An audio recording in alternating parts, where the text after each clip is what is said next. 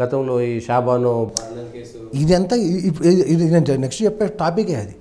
ఏదైతే ఈ uniform civil చట్టం అనేది 1975లో మళ్ళీసారి వచ్చింది బయటికి.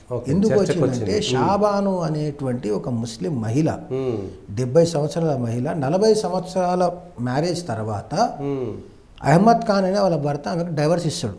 తలాక్ తలాక్ తలాక్ అని. ఇప్పుడు అనలేడు, ఎందుకంటే ఇప్పుడు త్రిపుల్ తలాక్ చట్టం వచ్చింది కదా. అప్పటికి నరేంద్ర మోడీ లేడు కాబట్టి త్రిపుల్ తలాక్ చట్టం లేదు. కాంగ్రెస్ రాజీవ్ గాంధీ ప్రభుత్వం ఇష్టం వచ్చినట్టు నడిచిపోయింది. తలాక్ తలాక్ తలాక్ అని మధ్యప్రదేశ్కి సంబంధించినటువంటి షాబానుకు తలాక్ ఇచ్చేస్తే దాన్ని ఆమె ఏం చేసిందంటే 25 రూపాయల మెయింటెనెన్స్ కోసం ఆమెకు ఏం చేసిందంటే హామీ ఇచ్చింది. యాక్చువల్లీ నేను ఇంకో పెళ్లి చేసుకుంటా, నీకు భరణం ఇస్తా. ఈమె ఏం చేసిందంటే సరే భరణం ఇస్తారు కదా అని చెప్పి ఆమె 6 మంది పిల్లలతోటి ఆమె సపరేట్ ఉంటే ఇంకో పెళ్లి చేసుకొని ఈమెకు భరణం ఇచ్చడం ఆపేసాడు.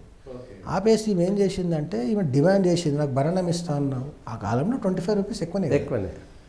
భరణం ఇస్తా అన్నావు, ఏమైంది డబ్బులు ఇవ్వలేదని అంటే ఇవేం చేసింది, ఆయన రెస్పాండ్ కాకపోయేసరికి ఆమెకు డైవర్స్ ఇచ్చేసేసి కొంత అమౌంట్ డిపాజిట్ చేసేసిండు ఆమెకు. ఓకే, అంతే. ఇక దాని తర్వాత డైవర్స్ ముస్లిం లా ప్రకారము ముస్లిం మహిళకు అదే ఫైనల్. మన దాని తర్వాత ఆమె క్లెయిమ్ చేయడానికి ఏం లేదు. అంటే ఆ తలాక్ చెప్పిన రోజు ఏదైతే ఇస్తారో అదే ఫైనల్గా ఫైనల్ చేసింది. ఫైనల్ చేసేసరికి ఆమె ఏం చేసిందంటే ఇంతమంది పిల్లల్ని ఎట్లా పోషించాలి అని చెప్పేసి సెక్షన్ 125 సిఆర్పిసి కింద మెయింటెనెన్స్ ఇవ్వాలి. భర్త యొక్క బాధ్యత భార్యకు, పిల్లలకు, తల్లిదండ్రులకు, డిపెండెంట్స్ అంటారు వాళ్ళని పోషించాల్సిన బాధ్యత భర్తది. కాబట్టి ఆ సెక్షన్ 125 అందుకే చెప్పిన క్రిమినల్ కోడ్ అందరికీ సెక్యులరు, సివిల్ సెక్యులర్ కాదు. అది క్రిమినల్లో ఒక సెక్షన్ ఉంది 125 సిఆర్పిసి. ఆ సిఆర్పిసి కింద మెయింటెనెన్స్ కోసం ఇండోర్ కోర్టులో పిటిషన్ వేసింది. ఇండోర్ కోర్టు పిటిషన్కి గ్రాంట్ చేసేసింది, ఈమెకు పైసలు ఇవ్వాలండి.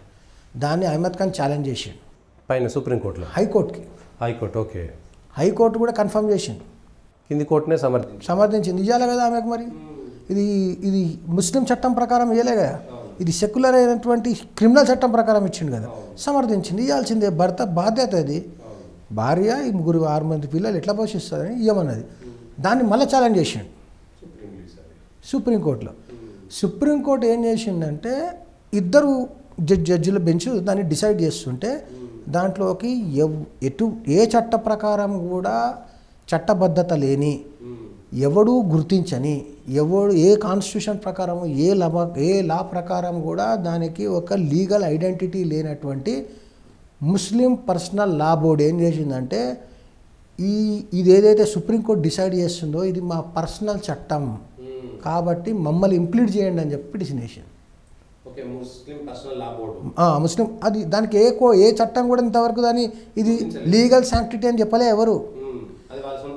వాడంతలా వాడే ఇది నా రూలు, నా షరియాను ఇంప్లిమెంట్ చేయడానికి నేను ఒక గవర్నింగ్ బాడీని అని వాడంతలా వాడే డిక్లేర్ చేసేసుకొని స్టాంప్ వేసుకొని తిరుగుతున్నాడు. ముస్లిం పర్సనల్ లా బోర్డు షరియా ప్రకారం నడుస్తుంది, షరియా లాను ఇంప్లిమెంట్ చేయడానికి.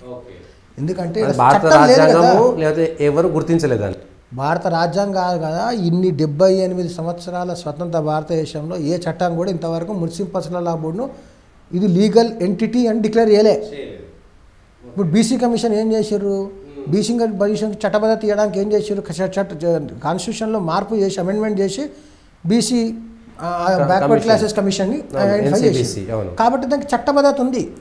క్వాజీ జ్యుడిషియల్ అది, సెమీ కాదు, క్వాజీ జ్యుడిషియల్ 1/4 మాత్రమే ఉంటుంది. దానికి కోర్టుకుండే పవర్స్లో 1/4 ఉంటుంది, సెమీ అంటే 50 ఉంటాయి. Quasi judicial civil court powers మాత్రమే ఉంటాయి, రికమెండేషన్ పవర్స్. అది చట్టబద్ధత ఉన్నది. ముస్లిం పర్సనల్ బోర్డుకి ఏమున్నది? ఈరోజు కూడా చాలా విషయాల్లో ముస్లిం బోర్డులో తలదూరుస్తుంటుంది. మనం డిబేట్ ఇట్లా అడుగుతున్నా, ముస్లిం పర్సనల్ లా బోర్డు అది కూడా షాబాను కేసులకు సంబంధించినటువంటి ఇంకో చట్టము, ఇంకో కేసులో సుప్రీంకోర్టు ఏం చెప్పిందంటే ముస్లిం మహిళలకు మెయింటెనెన్స్ క్లెయిమ్ చేసే హక్కు ఉన్నది అని చెప్పి డిసైడేషన్ ఇచ్చింది జస్ట్ 1 మంత్ బ్యాకే. ఆ డిబేట్ భాగంగా చెప్పిన ఇట్లనే అందరూ ముస్లిం పర్సన్ కూడా వ్యతిరేకిస్తుంది అంటే తెలంగాణకు సంబంధించినటువంటి వ్యక్తి ముస్లిం పర్సన్ వాడు ఎవరు, అసలు ఎవడాడు, వాడికి ఏమైనా చట్టబద్ధత ఉందా, కాన్స్టిట్యూషన్ ఏమన్నా వానికి ఏమైనా చట్టబద్ధత ఇచ్చిందా, ఏదన్నా చట్టం తీసుకొచ్చిందా, ఏదన్నా గవర్నింగ్ బాడీ పలానా మినిస్ట్రీ ఒక జీవో ప్రకారం మేము దీన్ని గుర్తిస్తున్నాం అని ఈ 78 సంవత్సరాలు మనం ఇవ్వడం ఇచ్చిండా? ఎవడు ఇవ్వలే. వాడంతలా వాడే వానుకో ముద్రేసుకోండు, స్టాంప్ వేసుకొని నేనే ఈ షరియాలాను ఈ దేశంలో ఉన్న ముస్లింలందరికీ షరియాలా ఇంప్లిమెంట్ అయ్యేటట్టు. ఎందుకు వచ్చింది ఈ ముస్లిం పర్సనల్ లా బోర్డు రావడానికి కారణం ఏంటి? ఎందుకంటే మనకు సెక్యులర్ చట్టం లేదు కాబట్టి.